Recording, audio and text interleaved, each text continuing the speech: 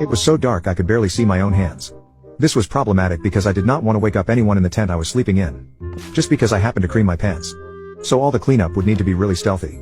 And that is particularly hard when your vision is measured in centimeters. However, I managed to heroically salvage the situation somehow by reaching around everywhere like a clairvoyant octopus. Using my newfound powers, I stretched in every conceivable direction and tried to drag anything to me that could help. Eventually, I managed to get something resembling a cloth of some kind. So without using any light and being careful not to wake anyone up, I proceeded to clean my mess up in total darkness. And that was way more challenging than it was supposed to be. Because even if you know where your hog is supposed to be, you still have to clean that stuff up. While doing so, you're fighting your sleeping bag to cooperate with you and not making a sound doing this operation. But I managed to get the job done and go back to sleep rather proudly, not knowing what that piece of cloth was that saved my night. When I woke up the next day with the other people from the tent, I discovered that my clairvoyant octopus powers were not as graceful as I believed them to be. People next to me could not find any of their things, partly because I messed up everything around me to save my pants and partly because being in a tent with more than one person would result in a mess of some kind.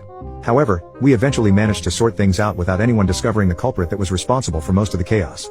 When the time came to get dressed for another day of torture, one of the guys complained about his socks not being in the state they should be. And I immediately knew what was responsible for saving my boxer's life the previous night. But however grateful I was about my consentless savior, I was not about to let my profanity be discovered. Thinking quickly on my feet, I said something along the lines of that's what happens to your socks if you don't dry them properly, without looking in his direction out of shame. And I'm not sure if he believed that because he wanted to or because my fabricated lie was that convincing. But believe it, he did. And to my amazement, that was that.